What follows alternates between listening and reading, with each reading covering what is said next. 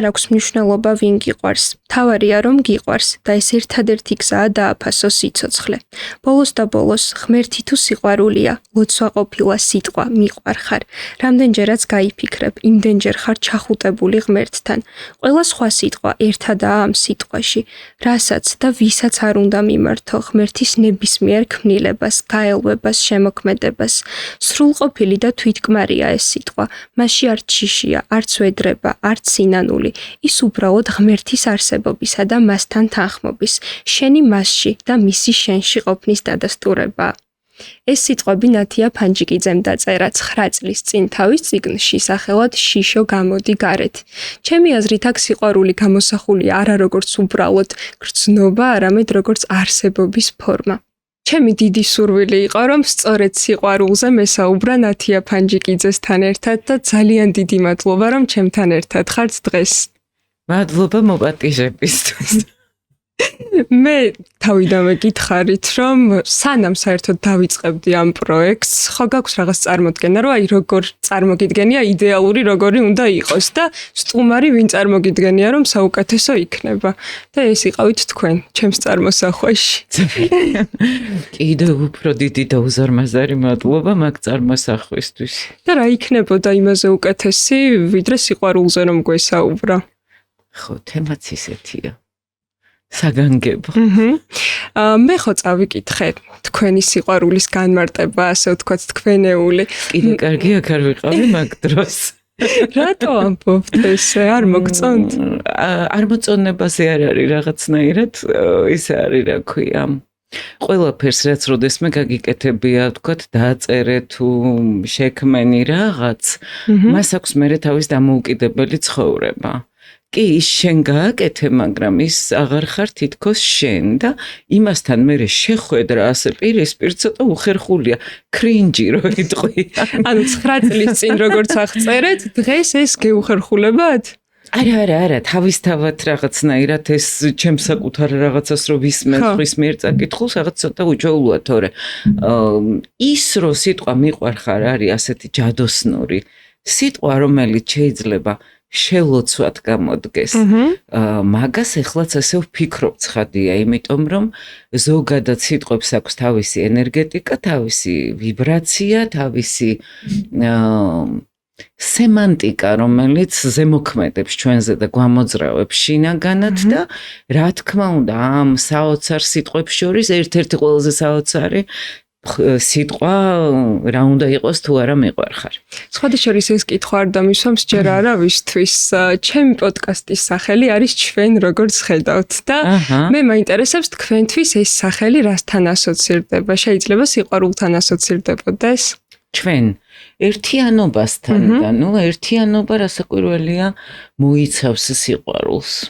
დღეს ხო ძალიან პოპულარულია ეს აზრი, რომ პირველი პრიორიტეტი უნდა იყოს შენი საკუთარი თავი და ურთიერთობაში, სადაც ვართ მე, შენ და ჩვენ ერთიანი, როგორ უნდა განსაზღვრო ეს დოზა, რომ თან ჩვენ ერთად ვიყოთ ჰარმონიულად, მაგრამ მე და შენ ასევე ცალკე ჩვენი დამოუკიდებელი სივრცეები გქონდეს და ეს ყველაფერი შევინარჩუნოთ.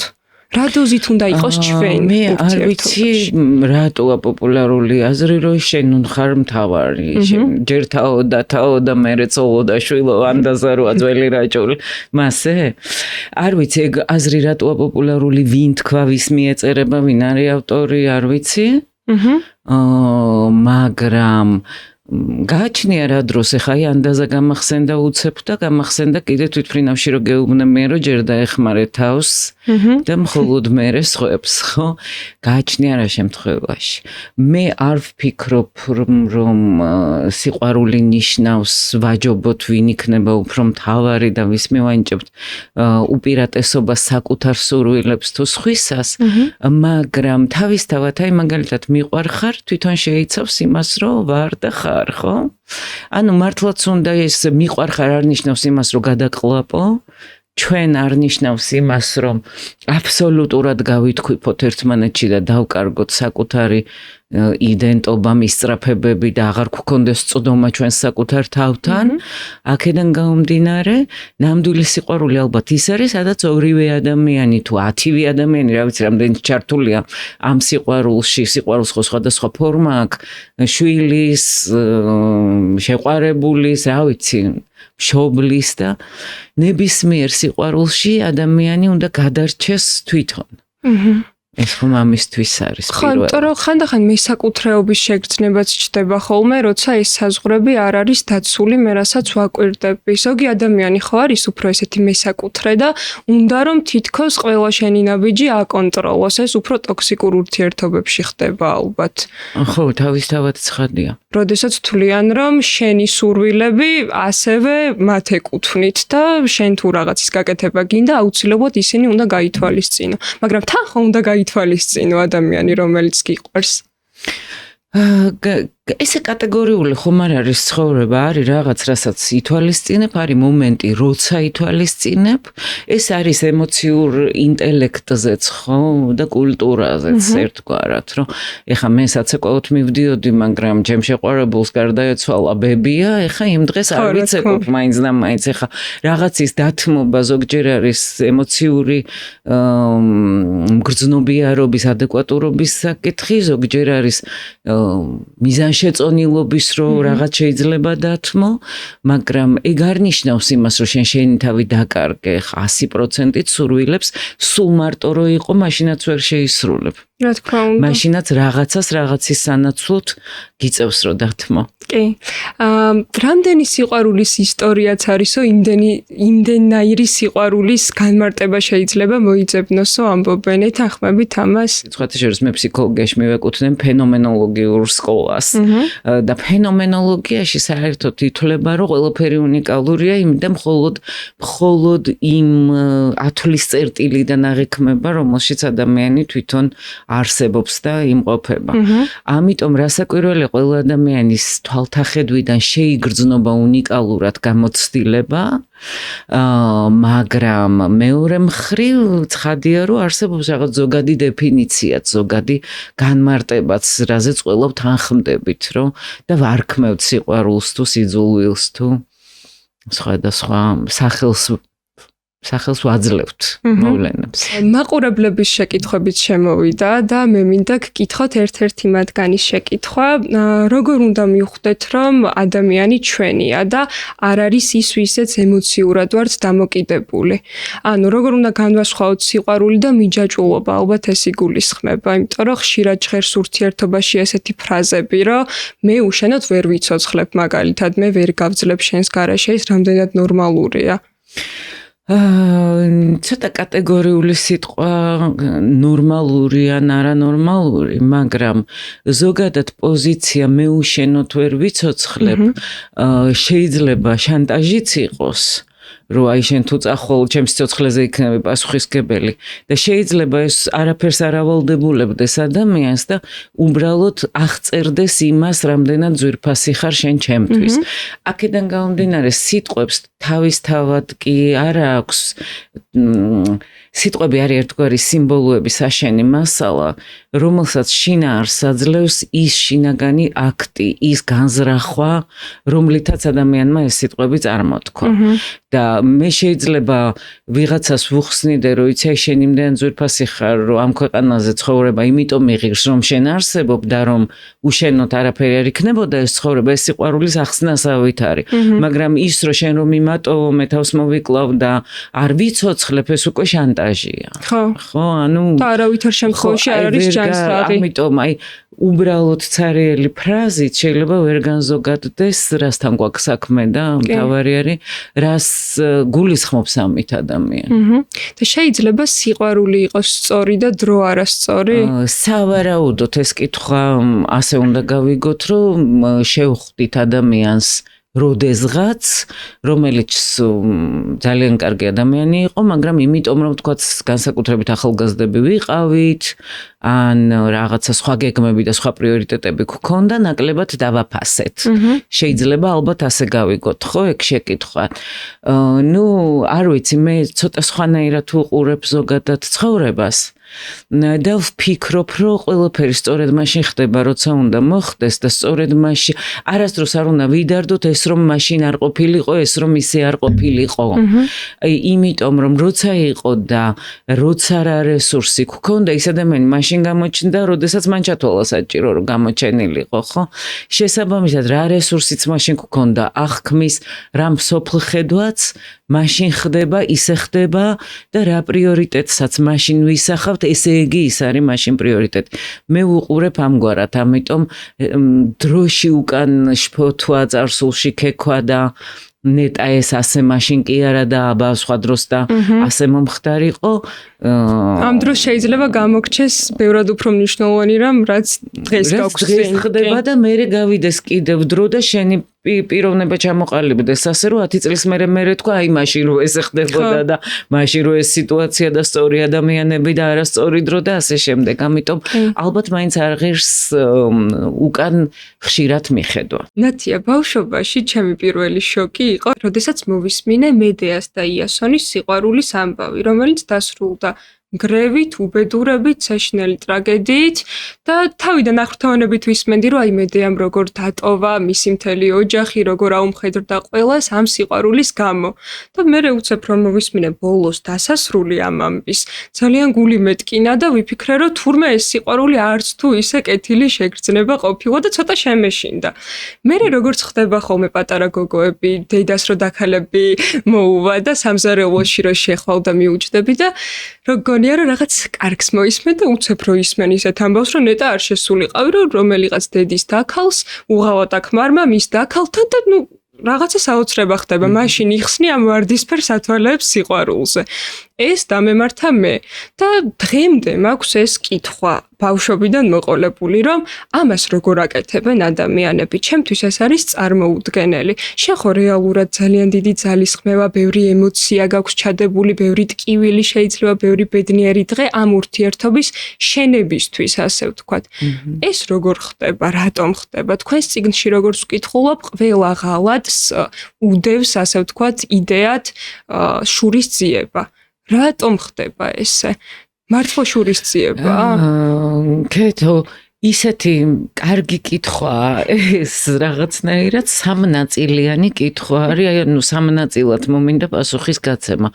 პირველი აი ეს მითოსის და კერძოდ ევრიპიდეს გენიალურობა, იმიტომ პირველად მითში მედეა შვილებს არ კლავს, მაგრამ აი ამ ბერძნული ტრაგედიის დიდებულება ეს არის, რომ მართლაც როგორ თავზარს გვცემს მთელი ეს მითი, ხო? მითი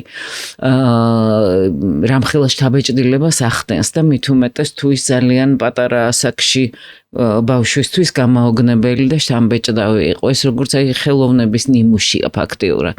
მეორე ის რომ როგორ უნდა გავითვალისწინოთ ყოველთვის უფროსებმა, რომ პატარა გოგოების წინაშე აი ამ ცხოვრების უკუღმართ და ბნელ მხარეებში სეირნობის დოზა ცოტა ისე შეპარვით იყოს, თორე როგორ შეიძლება რომ ბავშვს დაემსხვრეს წარმოდგენა და შიში გაუჩნდეს ამ ყველაზე მშვენიერი გრძნობის მიმართ.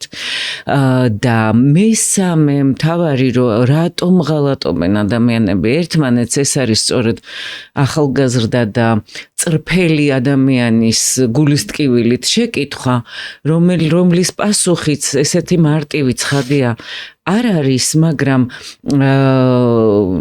გააჩნია რას ვეძახით ღალატს და გააჩნია როგორ ვუყურებთ სიყვარულს. აი რაღაცნაირად ხდება რომ უბრალოდ სიყვარული მაშინაც კი ღირებულია თუ ის ხანმოკლეა. და როდესაც ის მთავრდება, ზოგჯერ ის მთავრდება, ზოგჯერ ამ ღალატს ეს ადლერის აზრი არის, სხვათა შორის, რომ ყველას უდევს შურისძიებაო საფუძვლად, თუნდაც ეს შურისძიება იყოს გაუცნობიერებელი. და ვერც ხვდებოდეს ადამიანი, რომ აი რატომ, ხო? შეიძლება ეს იყოს უბრალოდ თავისი არარეალიზებული ოცნებების გამო, შეიძლება ეს იყოს რაღაც ისეთი ტრავმირების გამო, რომელიც გაცნობიერებულიც კი არ აქვს ადამიანს და კარგად დანაშაულის გზნობას კი სტანჯავდეს აი ამ ღალატის გამო. ამიტომ ხო სამწუხაროდ ასია ცხოვრება, იმიტომ რომ ადამიანები ერთმანეთს არ ეკუთვნიან 100%, ადამიანებს აქვთ თავიანთი ფსიქოლოგიური ტრავმა და თავიანთი პოზიცია სიყვარულში კიდევ და თავიანთი ენერგია სიყვარულის, რომელიც ან უფრო ხანგრძლივია, ან უფრო ხანმოკლეა, მაგრამ ამიტომ ეს არ გვაძლევს საფუძველს, რომ სიყვარული არ დავაფასოთ, თუნდაც ის იყოს ერთი დიდი გაელვება კომეტასავით, მაშინაც კი ის ძალიან ძვირფასია, მაგრამ ალბათ ძალიან ახალგაზრდა ქალისთვის შეიძლება რთული იყოს ეს აღსაქმელად, იმიტომ რომ ახალგაზრდა ადამიანებს უნდათ რომ სიყვარული იყოს მარადიული. კი, და პატიება რამდენად შესაძლებელია ამ დროს? აი რეალურად პატიება შეიძლება დარჩე ამ ადამიანთან ერთად, მაგრამ მგონია რომ ხალატი ისეთი გულში დანა არის, რომ ვერ წარმომიდგენია მე როგორც გოგოს, როგორ შეიძლება რომ ამის შემდეგ დარჩე ურთიერთობაში.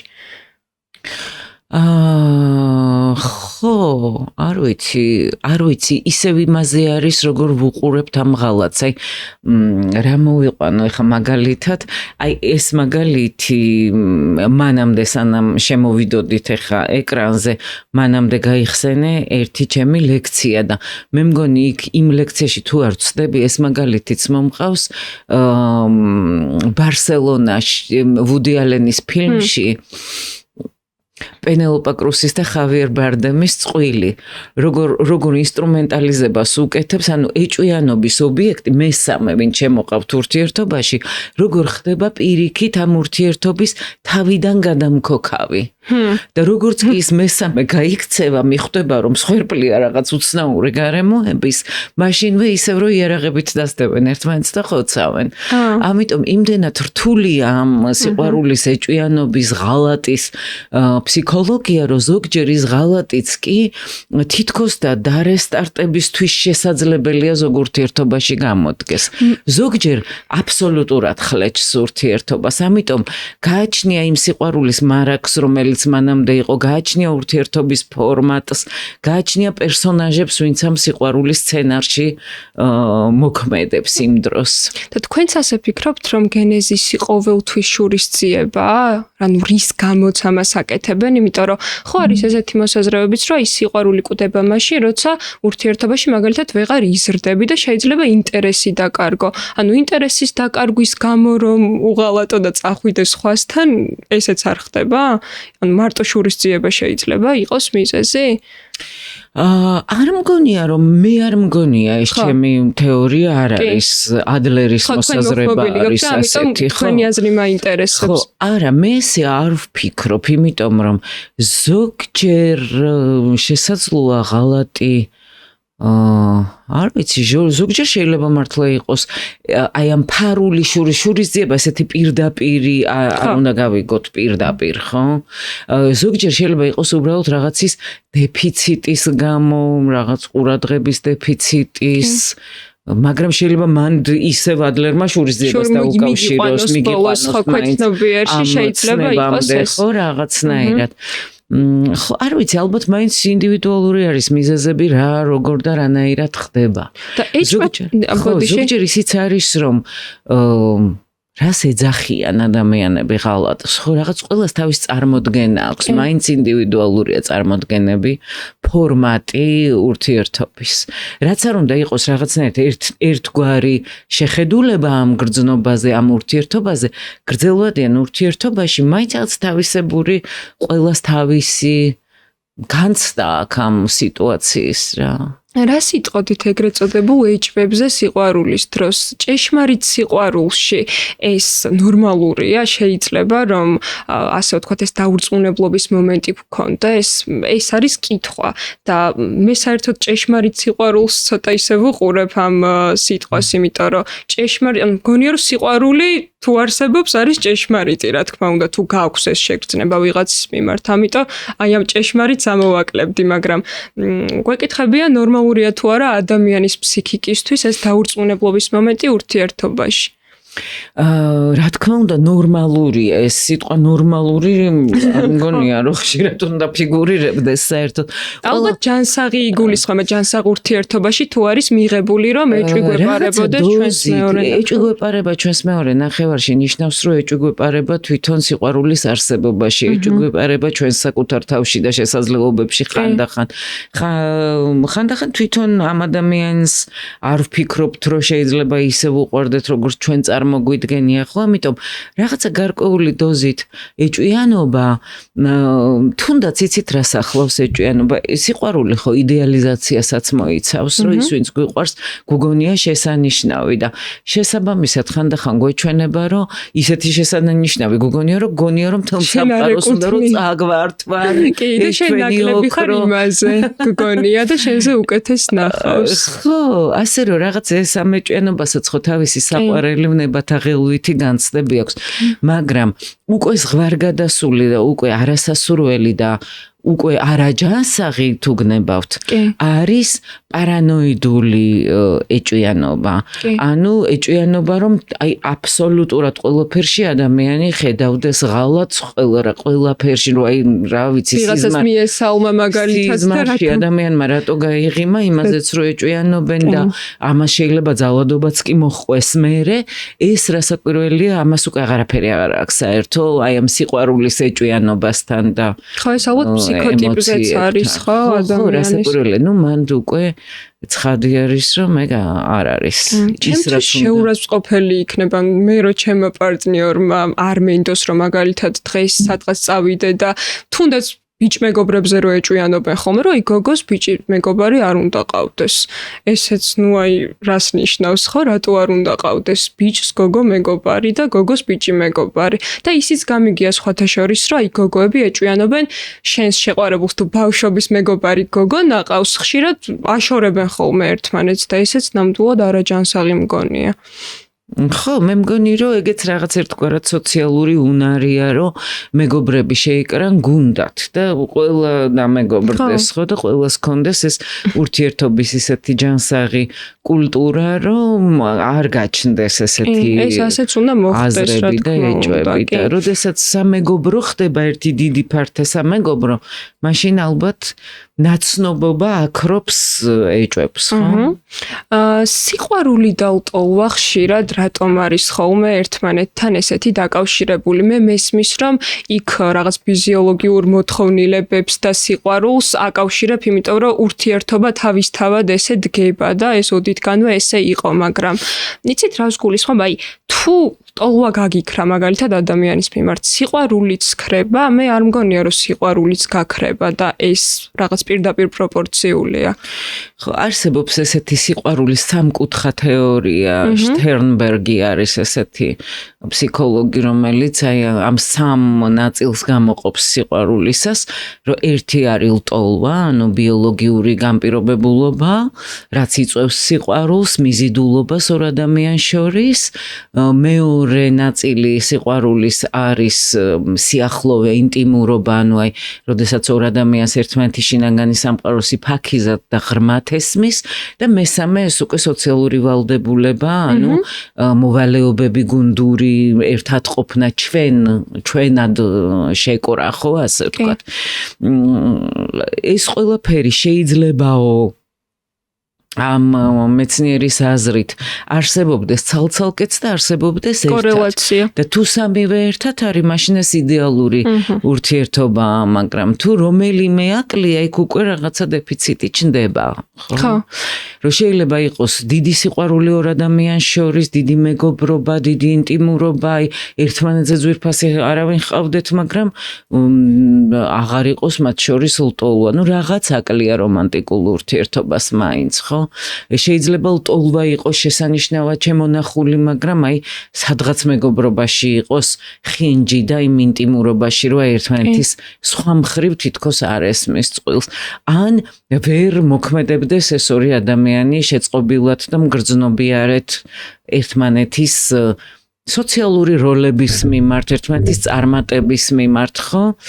ამიტომ, ცხადია, მაგრამ ყველაფერი შეიძლება რომ იყოს რომ არის ოჯახი, რომ აღარც მეგობრები არიან, არც ლტოლვა აქვთ, მაგრამ აი კარგი გუნდია, ასე ვთქვათ, რომელიც ან მიჩვეულები არიან ალბათ უფრო ერთმანეთს ამ დროს. ხო, რა კარგი გუნდია. მომენტით შეიძლება იყოს. ეს გუნდია, რა ვიცი. ასე რომ ყველაფერი შეიძლება ამ სამკუთხედიდან ამორჩეული იყოს. მაგრამ კარგია, როცა სამივე გვაქვს. ეს უკვე იდეალურია, რა თქმა უნდა.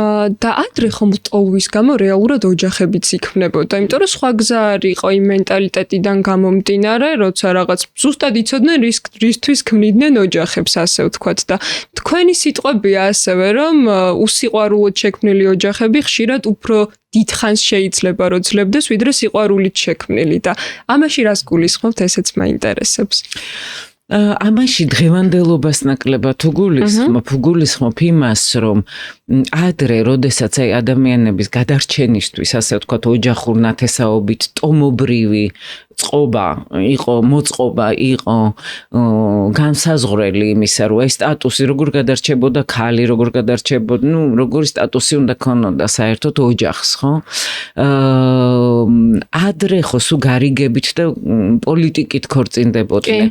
თუ კი ესენი იყვნენ მეფეები და არისტოკრატია, ყველა გარიგებით მემკვიდრეობის გამო ქორწინდებოდნენ და არა მარტო არისტოკრატები, სხვა შემთხვევაში სულ იყო შეთანხმება, რაღაც პოლიტიკა იყო ერთგვარი ოჯახების დაგეგმვის. რასაც ეძახდნენ. და იქ იმდენად ცხადი იყო, რატო იქმნება ოჯახი, რას ემსახურება ოჯახი, როგორ უნდა გაიზარდონ იქ ბავშვები და რა როლი უნდა ქონდეს ქალს, რა როლი უნდა ქონდეს კაცს, რომ ასეთი ოჯახები არ ინგრეოდა, იმიტომ რომ იქ ეხა შენ მიღალატე, მე გიღალატე, რაღაც ეს მგრძნობიარობა, ქალები კი სული ჩაგრებოდნენ, იმიტომ რომ ეს, მაგრამ ყოველ შემთხვევაში იმ ქალებსაც ასე ესმოდათ გადარჩენა, ასე ვთქვათ, ხო? ამიტომ ზუსტად იცოდნენ, რა სიტყვდნენ ოჯახისაგან და შესაბამისად თუ ის ხელშეკრულება ძალაში იყო, ეს ოჯახები არ ინგრეოდა, ასე არ იშლებოდა, არ შორდებოდნენ ერთმანეთს. სადღაც მე-20 საუკუნის ალბათ აი რაღაც პირველი ნაწილის მერე ხო უფრო მეორე ნახევრიდან განსაკუთრებით მიეცათ ქალებს მე-20 საუკუნიდან რომ და ქალებს და კაცებს რომ ოჯახი დაეგეგმათ სიყვარულით. აქ წამოვიდა მეორე ის რომ მაგალითად საქართველოში იყო რომ არაფრით არ შეიძლებოდა წარმოედგინათ ქორწინებამდე ურთიერთობა და ამიტომ მართლაც წინა პლანზე წამოვიდა ეს რომ პირველი ვინც მოეწონებოდათ ადამიანებს იმაზე ქორწინდებოდნენ ნაადრევ ასაკში. და ეს იყო ძალიან საინტერესო, რომ რაც უფრო სიყვარულით არჩევის უფლება მიეცათ ადამიანებს და დააფუძნეს ამაზე ურთიერთობა, მით უფრო მეტი გაიზარდა გაშორებულების რიცხვი. იმიტომ რომ აღმოჩნდა, რომ აი იმ გუნდად შეკურის და სოციალური აი ამ რაღაცა წესები უფრო მყარი კავშირი იყო, ვიდრე თავად სიყვარული, რომელშიც ძალიან ბევრი სხვა პირობა შემოვიდა და უკვე ოჯახის ერთიანობა უფრო მარტივად დაიშალა ამის გამო. და თან როცა თვლი რომ არ უყვარხარ, ალბათ მოლოდინებიც ნაკლები გაქვს უფრო იმ ადამიანისგან და როცა უყვარხარ და გიყვარს, პასუხისმგებლობაც მეტია, ასე მგონია. ხო, მაგრამ აი ამ სიყვარულის განვითარების, ამ სიყვარულის ჩამოყალიბების უნარჩვევებიც ხო ერთგვარად რაღაც წესებიც განაპირობებს, ხო, აი რა წესები ჩაიდება ამ ურთიერთობაში, რომ აი შენ თუ ასე მოიქცევი, ჩვენ ერთად არ ვიქნებით, რაც უფრო მეტია ასეთი ერორი, ასე ვთქვათ, ურთიერთობაში, მით უფრო მარტივია ამ პრინციპების გამო დაიშალოს ყველაფერი. რაც უფრო კომპრომისულია ადამიანი, რაც უფრო მეტად პატივს სცემს სხვის სივრცეს და შეუძლია რომ ეს სიყვარული გამოკვებოს და მოუაროს ურთიერთობას, ალბათ ამასაც სჭირდება ნაკლები ეგოების ბრახაბრუხი ურთიერთობაში. ხო, სხვათა შორის ძალიან სამწუხაროა ჩემთვის, რომ ბევრი ადამიანისგან გამიგია ბოლო დროს, რომ არსებობს კი საერთოდ ეს სიყვარული და მე ვფიქრობ, რომ ალბათ რაღაც კოლექტიურ მეხსიერებაში, რომ ბევრი ცუდი გამოცდილება დაგროვდა, ამიტომ ჩნდება ეს კითხვა, იმიტომ რომ გუშინ ვიყავი უნივერსიტეტში, ლექცია სანამ დაგვეწყებოდა, ჩემ კურსელებს გოგოებს გადავხედე და მეთქი აი ხვალ სიყვარულის თემაზე ვწერ პოდკასტს და აბა მეთქი რამე კითხვა ხო არ გექნებათ და 5 გოგოს ვკითხე და აქედან 4 გოგომ შემომხედა და აი რა სიყვარული, ოღონდ იცით როგორი ნათქვამი იყო, ის კი არა რომ არ უნდათ სიყვარული, თითქოს უნდათ, მაგრამ სად არის სიყვარული? აი ესეთი ნათქვამი იყო რა. სად გაქრა ეს სიყვარულისგან მიღებული ბედნიერების განცდა?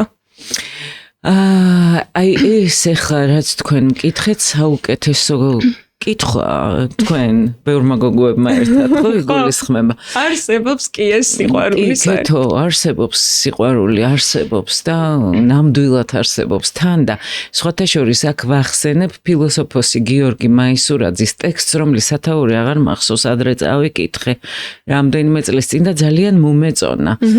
და მთელი პათოსი ამ ტექსტის რა არის, ხო, როგორ ვიპოვო, როგორ აღმოვაჩინო ეს გრძნობა სიყვარული და როგორ მივხვდი არსებობს თუ არა და ყველას გონია რომ ეს სიყვარული უნდა აღმოაჩინოს გარემოში და გარკვეულწილად მართალია, იმიტომ რომ ჩვენ ყველას გვაქვს სიყვარულის რაღაც გამოცდილება, ხო, ეს გამოცდილება გვაქვს დაბადებიდან, ბავშვობიდან, ჩვენ მშობლებთან ურთიერთობით გვაქვს ეს გამოცდილება, როგორ ვუყვარდით, როგორ გვავსებდნენ ემოციურად, ან ვერ გვავსებდნენ ემოციურად, გვციოდა, ანუ ჩვენ გვაქვს აი ეს პირველადი ფუნდამენტური გამოცდილება სიყვარულის ანბანი როგორ შემოვიდა ჩვენამდე, ხო? და სიყვარულის ანბანი და ენა მეტყველებით კი არა, პირველად ფიზიკური უსაფრთხოებით ისწავლება, როგორ ვიყავით გულში ჩახუტებული ან არ ვიყავით გულში ჩახუტებული ჩვილობიდან, ხო? აქედან გამომდინარე, რა თქმა უნდა, ჩვენ გვაქვს ეს გარემოდან შეგრძნობილი არსებობს თუ არა სიყვარული, მაგრამ ამის მიღმა კიდევ ინდიკატორი მთავარი რაც არის და გიორგი მაისურაძეს ეს აქვს ტექსტში, რომ ვინც უფრო შეყვარებულიაო, ის უფრო მოგებულია სიყვარულშიო. ეხა აი ეს რას ნიშნავს, რომ ის რომ სიყვარული არსებობს, მე ამას მაშინ ვგრძნობ, როცა მე მიყვარს. ის კი არა მთელ სამყაროს რო უყვარდე, თუ შენს გულში არ ჩნდება ეს სიყვარული და შენ არ გიგრძნია ეს სინაზე და ეს რაღაც გაფრთხილების სიფაქიზის და ახტაცების გრძნობა ნებისმიერი რამის და ვინმეს მიმართ, პატარა ბავშვის, ყვავილის, ჩიტის, მზისამოსulis, სიყვარული არის ყველაფერში, მთელი სამყარო არის ეროტიული, მთელ სამყაროსთან გაქვს შენ ეროტიული და სასიყვარულო კავშირი. და საპირისპირო სქესის თუ რა ვიცი, შენივე სქესის თუ ვინც გეყვარება, ხო? არ აქვს მნიშვნელობა. თუ შენში არ გაჩენილა სიყვარული, მაშინ დასვამ კითხვას არსებობს სიყვარული, იმიტომ რომ შენ არავინ თუ არ გიყვარს, არ არსებობს და თუ გიყვარს, მაშინ მაგ კითხვას როგორ სვამ? შენ ხო იცი რომ არსებობს და ადამიანები ხო ფუნდამენტურად ერთი და იგივე სახეობა ვართ, თუ შენ გრძნობ და გიყვარს, ასე გრძნობს სხვაც. მაგრამ აქ დაეჭვება შემოდის იმ გამოცდილებიდან, როცა შენ მოგეჩვენა რომ სიყვარული დაგაკლეს და თუ ძალიან გაყინეს და დაგაკლეს, შეიძლება ისეთი აპათიაც იყოს, რომ ვერც შეძლო ვინმე გიყვარდეს, იმიტომ რომ შენში აღარ ჩნდება თითქოს ეს გრძნობა, იმიტომ რომ აი იმ სიყვარულის ანბანში რაღაცა ვერ დაისწავლა ბავშვმა, მაგრამ ყველა სხვა შემთხვევაში სიყვარული არსებობს, იმიტომ რომ იმის მატარებელი შენ ხარ. და აქ შეჯიბრი ის რომ მე უფრო მიყვარს თუ იმას უყვარვარ და იმას ნაკლებად უყვარვარ და ამიტომ აბასად არის. სიყვარული ეს ასე არ არის. რაც მეტია შენში ეს სულიერი განცდები, რაც მეტია სულიერი რხევა ეს სულის სავარჯიშო არის სიყვარული. და აქედან გამომდინარე მოგებული მაშინ ხარ, როცა შენ ვითარდები, შენ გისკდება ეს ჩაკრები და რაღაცა შუქი შემოდის იმაში, იმიტომ რომ იქ ხანგეტირება, გავითარებს სიყვარული, განვითარებს, იმიტომ რომ მაგ დროს შენი ენაც უფრო დახვეწილი ხდება, უფრო მიდრეკილი ხდები, წაიკითხო რამე, უკეთეს მუსიკას უსმენ მაგ დროს, უკეთეს ლექსს კითხულობ, უკეთეს წიგნს კითხულობ, უკეთეს კინოს უყურებ, რაღაც სხვანაირად მოქმედებს სპექტაკლი, მუსიკა და ნუ აი ეს ყველაფერი შენ გავითარებს, სიყვარულის გარეშე არაფერი არ ვითარდება, მშრალია და ფორმალურია მაშინ ყველაფერი. ამიტომ სასურველია ჩვენ გვიყვარდეს და მე ხა თუ სხვაც გვიპასუხებს გაუმარჯოთ. განაუარს ვეთქვით. მე მგონია რომ პირველ გამოცდილებასაც ძალიან დიდი მნიშვნელობა აქვს შენს აღქმაზე, მე უკვე როგორ უყურებ მთელი ცხოვრება სიყვარულს რა, იმიტომ რომ აი დაახლოებით არ ვიცი ალბათ 15-17 წლის ასაკში მოდის ეს პირველი ნამდვილი სიყვარული, სტატისტიკურად როგორ არის უფრო? ნამდვილზეც მე ჩემი შეხედულება მაქვს, ყველაფერი ნამდვილია, რასაც გრძნობთ. და არა აქვს იმას მნიშვნელობა, აი თუნდაც ვიღაცას ერთი დღე რო უყვარდი, ის ერთი დღე იყო ნამდვილი. ხო, შენ შეგრძნების დონეზე, ის ერთი დღე ყვარებოდი, ხო? ყველაფერი ნამდვილია, აი საბავშვო ბაღში რო უცებ ვიღაცად მას მოგკაჩავს, ისიც ნამდვილია. ძენ ბუდისტური სინამდვილია, როგორც კლიშეს თავში. და შენც რომ დაინტერესდი და შენც რომ მოგაჩე მე პასუხად. აქედან იწყება სინამდვილე და ეს სინამდვილე ვითარდება. ოღონდ. აი მოზარდობის ასაკში ძალიან საინტერესო არის, რომ თავიდან ეს ობიექტი უმეტესწილად მოზარდებში არის ხოლმე შორეული ობიექტი ერთგვარად ნარცისტული. ანუ რას გულისხმობ, აი გალაქტიონის ლექსია ასეთი, რომ რაც უფრო შორს ხარ, მით უფრო ვტკბები, მე შენში მიყვარს ოცნება ჩემ. ეს არის ყველა თინეიჯერის საყვარელი ლექსი. და რატო, ახლა რო დაფიქრდე, რა არის ახლა ამაში კარგი? ჩემი თავი გამახსენდა. გიჟდები ჩემ თავზე შენშიო, ესე იგი რაც მე ვიოცნები, იმას მოგაწერ და შენი ჭირიმე არ მოახლოვდე, ვაითო სხვანაირი ხარო, რეალურად ეს არის, ხო ცოტა რომ გავაშარჟოთ. ესე იგი რა გამოდის, რომ საკუთარი ფიქრები მიყვარს, საკუთარი წარმოდგენები მიყვარს და აბსოლუტურად სულ ერთია ვინ ხარ შენ, ხო? აქედან გამომდინარე, აი ეს არის რაღაცა ასევე სავარჯიშო სიყვარულში, რომელსაც რეალურად სიყვარულთან არაფერი კავშირი არ აქვს, ანუ არაფერი კავშირი აქვს სხვის სიყვარულთან. ეს არის გვიყვარს რაღაცა ჩვენივე ნაწილი, რომლის პროექციაც გავაკეთეთ, გამოვასხივეთ და დავაბრალეთ სხვა ადამიანს. და ეს დაბრალება ხდება იმის მიხედვით, იმ წუთას რისი დეფიციტი გვაქვს. როცა სიმშვიდის დეფიციტი გვაქვს, რაღაცნაირად სიმშვიდეს ვეძებთ სხვაში და მოგვეჩვენება, რომ აი ამასთან სიმშვიდეა და გვიყვარდება.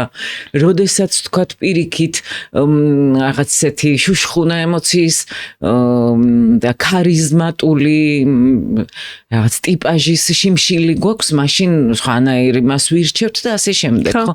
ანუ ვირჩევთ ჩვენი დეფიციტების მიხედვით, აი სად გვინდა რომ მოვათავსოთ ეს ჩვენი განცდები და წარმოსახვები. და ნელ-ნელა idеალი არის ის, რომ ჩვენ გავიზარდოთ ხვის სიყვარულამდე, ანუ გავიზარდოთ ზრდასრულ სიყვარულამდე, როდესაც ჩვენ უკვე ჩვენს ოცნებებს კი არ მივაწერთ სხვას და ჩვენ შიმშილში კი არ ვათავსებთ სხვას, არამედ აღვიქვამთ სხვას, ვაფასებთ მას თავისი რესურსით, თავისი პიროვნული ნიშნებით, თავისი ყველაფრით, რაც მას გააჩნია და იქ ვპოულობთ ჩვენს თანხwebdrას, ხო? ხო. და აი იქ უკვე საზღვრები აღარ ირღვევა, ჩვენ ვიცით, ჩვენ ვინ ვართ, ჩვენ ვიცით სხვა ვინ არის და ვიცით რისი უფლება გვაქვს რომ მოვითხოვოთ ერთმანეთისგან.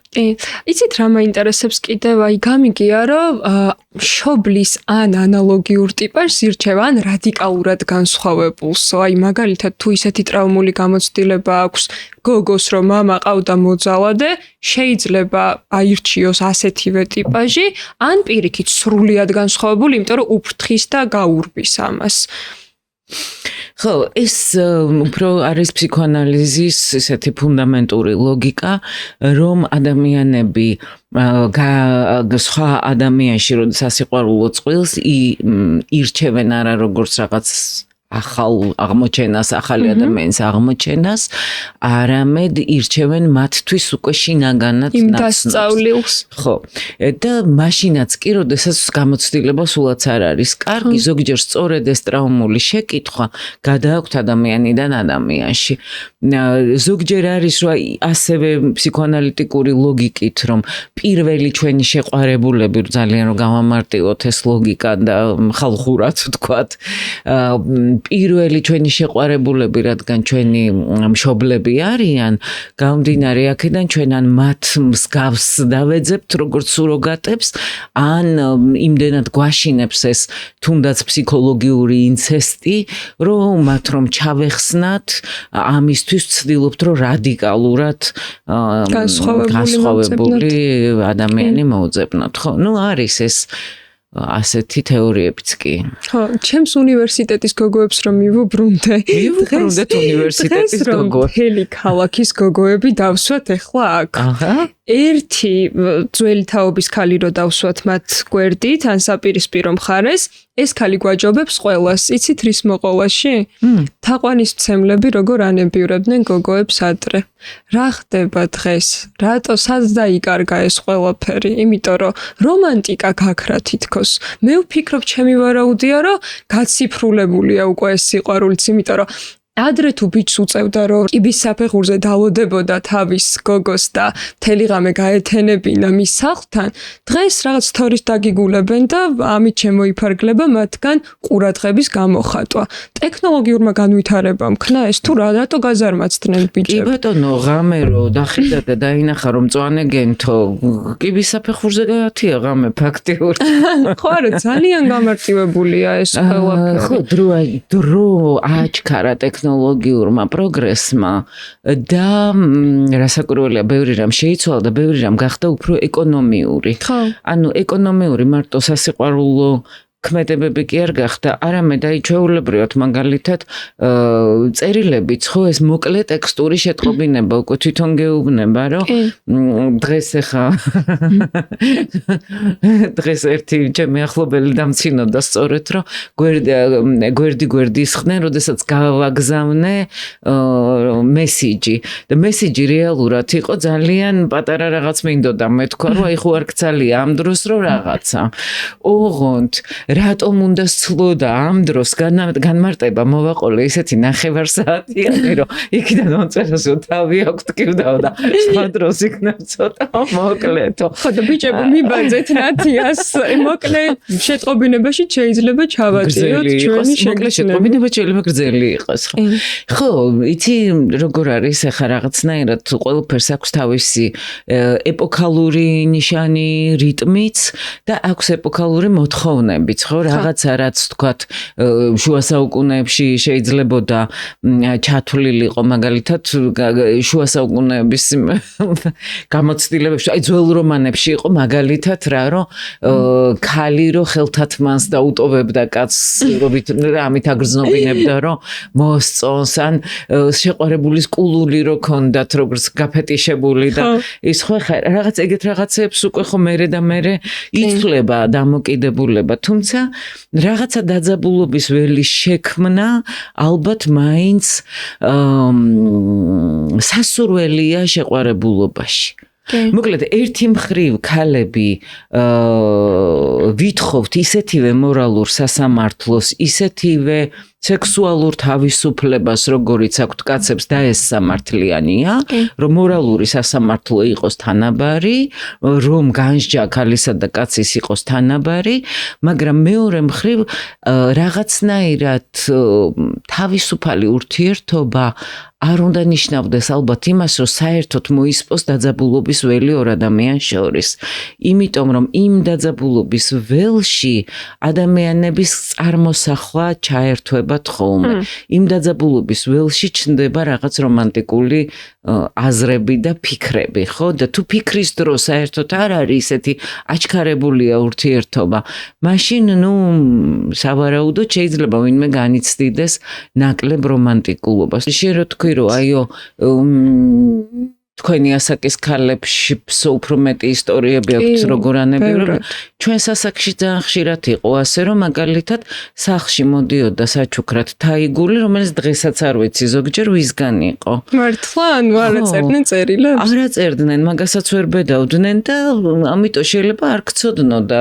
და შეიძლება მათ ეგონათ, რომ აი შენ გრძნობ, ხვდები, რომ შეიძლება ამისგან იყოს, მაგრამ ყოველ შემთხვევაში ზოგიერთი ყვავილის ავტორი მე გამომგზავნი გამოჩნდებოდა და განაცხადებდა, რომ ეს მე ვარო და ზოგჯერ სულაც ვერ. ამიტომ მაშინაც იყო ეს, რომ აი რაღაცნაირი შიში და ფორი აქვს ამ ძალიან ახალგაზრდა ასაკში პირველი გრძნობების მიმართ, რომელიც რთულია და უფრო რთულად დასაძლევი, რთულად ასატანი თითქოს. ძალიან ბევრი რამე შეიძლება ამ დროს ადამიანს ეშინოდეს. სწორედ იმ თავისი შეთხზული ძალიან ლამაზი ოცნების რეალობასთან შედარებისას ჩამონგრევის, ხო? რომ თავისივე იქნებ მე მითხრან ახლა უარი და გული მატკინონ. ხო, ამიტომ რაღაც ყველაზე ფაქიზი ასაკია ეგ და მე მოყოჩაღდებიან. შეჯამების სახით მინდა რომ კითხოთ, აი, რო წარმოვიდგენთ ახლა ამდენი სიყვარულზე საუბრის შემდეგ, კარგიც ვისაუბრეთ, ცუდიც ვისაუბრეთ და ყველაფერი, მაგრამ ნუ ბუნებრივია ეს ყველაფერი, ხო? აი, როგორც მასლოუს პირამიდა არსებობს, ესე რო არსებობდეს გრძნობების პირამიდა. არ შეიძლება არსებობს კიდეც, მაგრამ აი, მე წარმოვიდგინე ესე სიყვარული საწყისზე იქნებოდა თუ პიკზე იქნებოდა. ანუ ადამიანი უნდა განვითარდეს ჯერ შინაგანად რომ მიაღწიოს ამ სიყვარულს თუ პირიქით სიყვარულმა შეიძლება რომ განავითაროს ეს ადამიანი იქამდე რომ საწყისზე იყოს და აი ამ პიკზე ავიდეს. აი თქვენი წარმოსახვით როგორ იქნებოდა? სიყვარულიც ხომ არის ძალიან შეიძლება იყოს ძალიან პრიმიტიული და ძალიან დახვეწილი, მაგრამ სწორედ რომ სიყვარული არის ყველაზე მნიშვნელოვანი ადამიანური გრძნობა, რომელიც აი ამ თავისი დახვეწილობით რაც უფრო მეტად დავხვეწავთ გვქმნის ადამიანად. რაღაცა რთულად მოვაბოდიალე, მაგრამ რის თქმა მინდა, იცით რომ გარკვეული ინსტინქტური სიყვარულის გრძნობა აქვთ ცხოველებსაც, ხო მართალია. მათაც თავისი შვილის დაცვის ინსტინქტი აქვთ, შეწყვილების პერიოდში მათაც იზიდავს ერთმანეთი, მაგრამ ეს ყველაფერი ხანმოკლეა. სხვათა შორის ფრინველებში არსებობს მუდმივი წყვილები. მართლა? უფრო მეტად ფრინველებში, ხო? და არ ვიცი, ზოგიერთ ზუზუმწოვარშიც არა ვარ დარწმუნებული. შესაძლოა არსებობდეს, მაგრამ მაინც ნუ იშვიათი არის, ხო? ყოველ შემთხვევაში მაშინ ჩვენ არ ვიცით ფრინველები აი როგორ ავითარებენ აი ამ მუდმივ წყვილებს, მაგრამ ადამიანური სიყვარული მარტო რომანტიკულიც არა, აი ზოგადად კეთილმზრახველი საერთოდ სამყაროს მიმართ. სწორედ არის ის, რაც გვქმნის ადამიანებად და აქედან გამომდინარე, რა თქმა უნდა, როგორც თქვით მანამდე, რომ ერთი არის, რომ გვავითარებს, როდესაც გვიყვარს, მაგრამ მეორე არის, რომ რა ვიცი, აბა ძალიან ვისიამოვნე. განვითარდეთ სიყვარულამდე. მე მიყვარხართ თქვენ და ძალიან ვისიამოვნე. ძალიან ვისიამოვნე თქვენთან საუბრით და დასკვნის სახით მე იმას გეტყოდით, რომ მე მგონია, რომ არც თუ ის რთულია, რომ გვიყვარდეს ერთმანეთი და იცით რო არ არის რთული. მე ესე მგონია, რომ ისედაც ამ სასტიკ სამყაროში, სადაც მაინც უსუსური ხარ ადამიანი, ერთმანეთს თუ შევიყვარებთ, მგონია რომ ბევრად უფრო შევამსუბუქებთ ამ ყოფას. არ ფიქრობს ასე მსოფლიო, ხედავთ? ხო და მე ვთხოვ ჩემ მაყურებლებს, რომ იქნებ როგორღაც შევიყვაროთ ერთმანეთი და ასე უფრო შევუმსუბუქოთ ცხოვრება ერთმანეთს და ყოველდღიურობა გავულამაზოთ. დიდი მადლობა თქვენ მობრძანებისთვის, მადლობა თქვენ რომ გვიყურეთ და გთხოვთ გამოიწეროთ ჩემი არხი და მოიწონოთ ეს ვიდეო.